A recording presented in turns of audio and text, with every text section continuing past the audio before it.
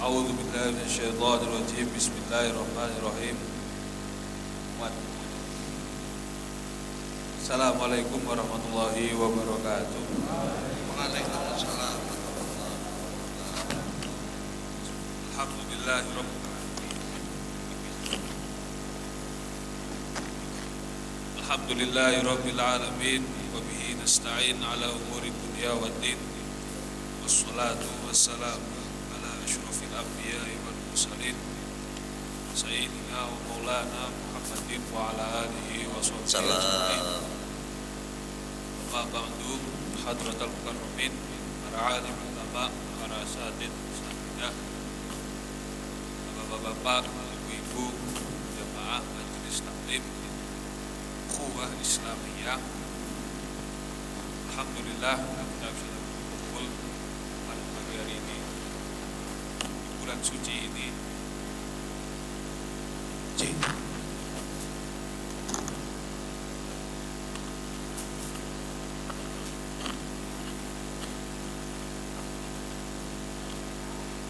Semoga kita semua yang hadir di sini serta keluarga beserta Tuhan kita termasuk dalam deretan ahli surganya Allah, amin ya rabbal alamin, mendapatkan keberkahan serta syafaat Nabi kita, baginda kita Nabi Muhammad SAW di bulan kelahirannya. Langsung saja tanpa baca kalam, mari kita lanjutkan pelajaran kita Fiqhul Islami mengenai penyebab-penyebab perubahan akhir. Kita sampai ke dalam pendapatnya Imam Hanafi. A'udzubillahi minasyaitonir rajim. Bismillahirrahmanirrahim. La Nabi Mustafa Muhammadin sallallahu alaihi wasallam wa lahum jami'il awliya wal anbiya wa ulama'i shalihin wa salafna shalihin nakhussu bi dzikri la abaina wa ummahatina wa asdadina wa jaddatina wa abnaina wa usulihim wa furu'ihim nakhussu bi dzikri ila masyayikhina wa muallimina wa muasatizatina nakhussu bi dzikri ismi Dr. Muhammad Muhammad Ja'far alladzi qad marada syai'un lillah. Al-Fatihah. A'udzu billahi minasyaitonir rajim. Bismillahirrahmanirrahim. Alhamdulillahi rabbil alamin. Ar-Rahmanir Rahim. Maliki yaumiddin. Iyyaka na'budu wa iyyaka nasta'in. Ihdinas siratal mustaqim.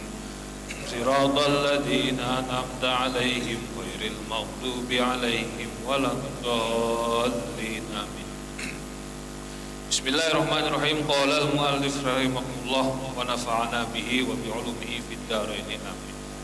Kemarin kita membahas tentang air suci pasti akan kemanapun akan selalu diikuti oleh kedua kondisi. Yang pertama adalah at-taghayyur ghairul mu'assar fit tuhuriyah, yaitu kondisi yang di mana air suci atau air mutlak apabila tercampur dengan sesuatu dia tidak akan terpengaruh kesuciannya. Sekarang kita masuk ke dalam rincian hukumnya per mazhab. Yang pertama adalah mazhab Hanafiyah. Qala al-Hanafiyah, berkata para imam, para ulama mazhab Hanafi, tajuzu at-toharoh.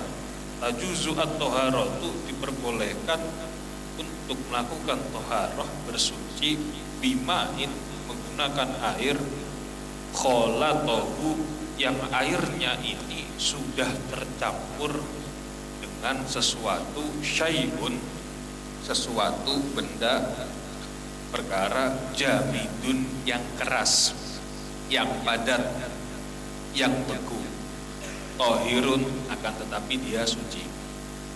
Malam yakun at-taghayyur an-tabkhin. Air yang tercampur dengan sesuatu yang padat, yang beku, misal kejatuhan gula batu, misal kejatuhan batu, misal kejatuhan segala sesuatu yang padat, batangan coklat dan sebagainya, itu selama tidak dimasak atau tidak melalui proses masak apapun lah, mau dibakar, mau direbus, mau dikukus, dipanggang, airnya tetap suci digunakan untuk bersuci. Faghayyaru ahadu awsafihi aw awsafuhu kulluha. Walaupun salah satu dari sifat-sifat air atau sifat kesucian air itu berubah seluruhnya. Yang penting tadi tidak dimasak, tidak direbus, dibakar dan sebagainya. Kama usaili, ibaratnya seperti ada air yang mengalir, alladzi yakhtalitu biturabi wal awraqi wal asjari. Air mengalir sungai, kali sebagainya, dia kemudian tercampur dengan debu, dengan awraq, daun-daun yang jatuh, wal asjari atau dengan ranting-ranting pohon. Wa baqiyat surqatuhu ghalibatan. Kita tahu sendiri, aliran air sungai, aliran telaga, aliran air yang deras itu hal-hal seperti tadi tidak punya atau tidak bisa mempengaruhi perubahan di dalam airnya. Wa baqiyat surqatuhu. Ini di sini poinnya, kuncinya di sini. Yang penting sifat lembutnya air itu tetap atau masih mayoritas. Nanti saya jelaskan. Fa in sara atinu ghaliban, maka apabila ada air kemudian kemasukan tin, tanah ghaliban, yang mana tanahnya ini lebih banyak, katakanlah 70% tanah, 30% air. La tajuzu at-taharah bihi, maka tidak boleh digunakan untuk bersuci. Begitu juga wa kalma'ul ladzi ikhtalata bihi al-laban, air yang tercampur dengan susu, awiz za'faron, atau dengan za'faron, pewarna ya. Za'faron itu kayak wanter, kayak pewarna. Awis sabun, atau dengan zat sabun, awil asnan, sikat gigi. Madama baqiyan ala ruqatihi wasailanihi. Nah, mau tercampur dengan barang apapun, cair, padat, semi cair, semi padat, selama airnya masih ruqah, bersifat lembut, wasailanihi, dan masih bisa mengalir dengan lancar, maka airnya masih bisa digunakan untuk bersuci. Apa sih maksudnya ruqah, lembut, atau sailan, masih bisa mengalir? Kita tahu sendiri karakteristik dari susu itu kan, misal kita dinginkan atau misal kita panaskan, nanti atasnya ada gumpalan-gumpalan yang naik. Begitu juga dengan wanter dan sebagainya. Nah, kalau misal air kita pegang di tangan kok terasa kok gak ada ya lembut-lembutnya, atau licin mungkin ya, lebih tepatnya air kan licin ya, nah kok ini kok agak padat, agak terasa gimana di tangan. Nah, itu kalau sampai terasa seperti itu, menurut mazhab Hanafi atau menurut umumnya kehati-hatian kita sebagai jamaah atau sebagai seorang muslim, kita tidak boleh menggunakan air tersebut untuk bersuci, karena tekstur airnya sudah berubah, bentuk airnya sudah berubah. Air tersebut, air susu yang sudah benar-benar tercampur dengan susu, mengalirnya berbeda dengan air yang masih murni. Tesnya gampang, air putih tumpah langsung menyebar kemana-mana. Madu, air susu, air madu pasti pelan-pelan, mengalirnya pelan, karena dia agak padat. Di anal ismal ma'i baqin fihi. Nah, karena nama air masih tetap di dalamnya. Itu kalau tadi melihat secara lembut dan mengalirnya. Tapi ada lagi yang paling simpel. Kalau menurut urf kita, urfun, kebiasaan masyarakat kita masih menyebutnya ini masih air ini, belum jadi air susu, belum jadi air mawar, belum jadi air kopi, maka suci. Tapi kalau sudah namanya berubah bukan menjadi air tapi menjadi kopi, itu tidak bisa digunakan untuk bersuci. Wala yumkinu al-ihtirazu an hadhil asya al-mukhalatah lahu. Kenapa kok ada pembahasan seperti ini? Ulama kok kenapa sampai ruwet-ruwet membahas perihal air lah, perihal inilah? Karena yang namanya percampuran, proses percampuran entah disengaja atau tidak disengaja merupakan sesuatu yang tidak bisa dihindari. Walau kharajal ma'u at-tab'i au hadasa lahu isman jadid. Ya kalau sudah bernama lain, punya definisi lain, jadi kopi, jadi teh, maka dia tidak suci. Kan soro ma'us sobuni sakhinan, sebagaimana air sabun itu nanti dia berubah sakhinan menjadi pekat. Di tangan kan agak pekat atau agak licin ya, agak pekat. Au soro ma'uz za'farani sibghon, ada air dimasuki za'faron, sejenis tumbuhan yang digunakan sebagai bahan dasar pewarna. Sibghon, airnya berubah menjadi berwarna, full berubah, yang putih bersih kemudian jadi merah atau kuning sekali. La tajuzu, konklusinya, kesimpulan akhirnya, air tersebut tidak sah atau tidak bisa digunakan untuk bersuci.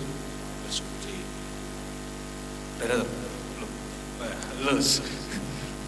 Waqala Malikiyah, dan selanjutnya menurut mazhab Maliki, tadi mazhab Hanafi ya. La yadurru ma taghayyara bituli muksin.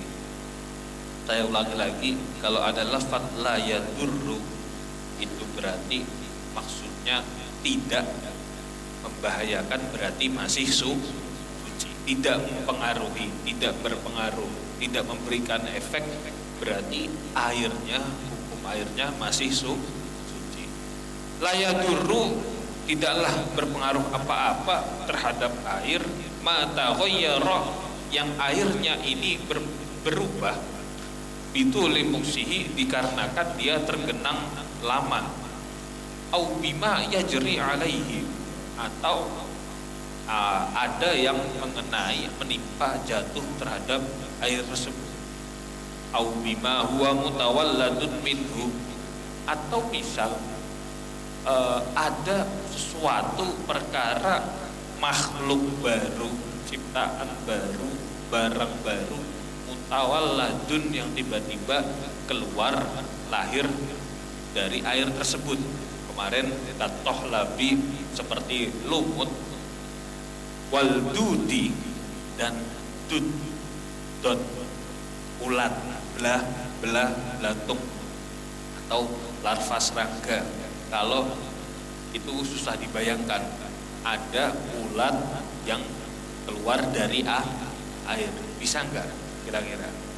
Bisa kalau airnya tercampur dengan bangkai, atau misalnya ada airnya tercampur dengan benih-benih, kemudian lahirlah jentik-jentiknya nyamuk seperti itu. Wasamaki al-hayy, ini ternyata ikan air tawar itu juga disebut. Saya nggak paham kenapa ikan disebut, tapi emang benar kalau yang paham mancing kadang-kadang susah juga di logika. Katanya danau ini tuh nggak pernah dijeburin bibit ikan, benih ikan. Dilihat-lihat kayak danau Sunter lah kata-kata. kan tidak ada aliran air dari gunung, nggak ada, dari laut nggak ada. Ini kok tiba-tiba ada ikannya, ini dari mana? Nah, hal-hal yang seperti ini aibima huwa mutawalladun minhu, ada barang-barang baru yang tercipta dari airnya statusnya suci dan bisa digunakan untuk bersuci menurut mazhab Maliki. Aula yadurru bima la yanfakka anhu ghaliban, atau misal ada air yang tercampur atau kejatuhan bertemu dengan malayan fakku, sesuatu yang tidak bisa dipisahkan, ghaliban pada umumnya. Apa? Misal seperti air kalau sudah bercampur dengan sejenis bensin dan senyawa kimia bensin ya, senyawa kimia, katakanlah tembaga cair dan sebagainya, suci. Au bil mujawarah, begitu juga misal apabila airnya tercampur dengan sesuatu yang bisa dipisah, kecemplungan makanan ikan kayak apa namanya, pelet ya, dikari jatuh ke kolam, ada anak kecil, anak kita lihat makanan ikan, dikiranya kamar mandi ada ikannya, dicemplungin, walaupun banyak, satu wadah 500 gram dicemplungin semua, tapi dia mujawir, dia merupakan sesuatu yang bisa dipisah, tinggal disaring aja, disaring, diambil, disortir, gak usah dikuras seluruhnya, airnya tetap suci. Wala yusaru taghayyuruhu biturabil matruhi, dan sama sekali apabila ada debu yang dibuang atau ada tanah yang sengaja dicemplungkan seperti itu ke dalam air, maka hal itu sama sekali tidak mempengaruhi perubahan air tersebut. Alal masyhuri, menurut pendapat yang masyhur di kalangan mazhab Malikiyah. Wa bima taraha fihi minal milhi wa nahwihi min ajza'il ardi. Kita berpindah ke kasus barang yang lain. Andai kata ada orang sengaja, namanya juga pemandian air panas, cuman yang versi terapi ya, yang versi terapi itu kan sengaja dikasih garam yodium. Ada air yang sengaja dikasih garam, ditaburin garam banyak. Wanahwihi min ajza'il ardi, atau sejenisnya, yang mana itu merupakan barang-barang tambang, barang-barang hasil bumi. Kan nuhasi, seperti tembaga, wal kibrit awil gaburit, banyak cara membacanya, belerang, air belerang, wal hadid, dan air besi. Jadi misal pemandian air panas atau ada satu telaga, kolam dan sebagainya lah, yang memang sengaja dicemplungin barang-barang seperti tadi itu walau qasdan, walaupun hal tersebut disengaja seperti yang saya katakan tadi, untuk pengobatan dan sebagainya, atau untuk ritual.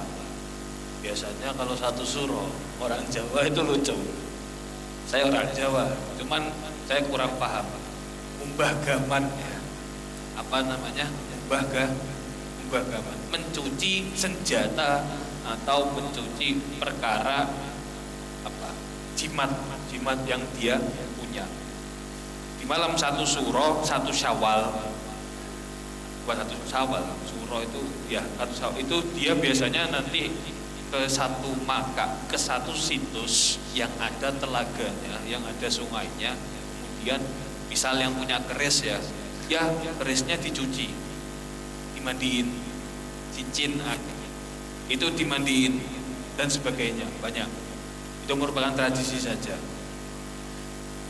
Itu kan otomatis banyak, katakanlah yang punya keyakinan atau yang masih melanjutkan tradisi seperti itu tuh banyak di Jawa ya. Itu kolam kalau misalnya ukurannya cuma seukuran pula kamar mandi, cuma dianggap sakral, yang datang ke situ ribuan dalam semalam, apakah airnya nggak akan berubah? Karena terkena besi berubah. Nah, hal seperti itu dia menurut mazhab Malikiyah airnya tetap suci dan masih bisa digunakan untuk bersuci. Au bima yusiru al-ihtirazu minhum wallahu a'lam bis-shawab. Assalamualaikum warahmatullahi wabarakatuh.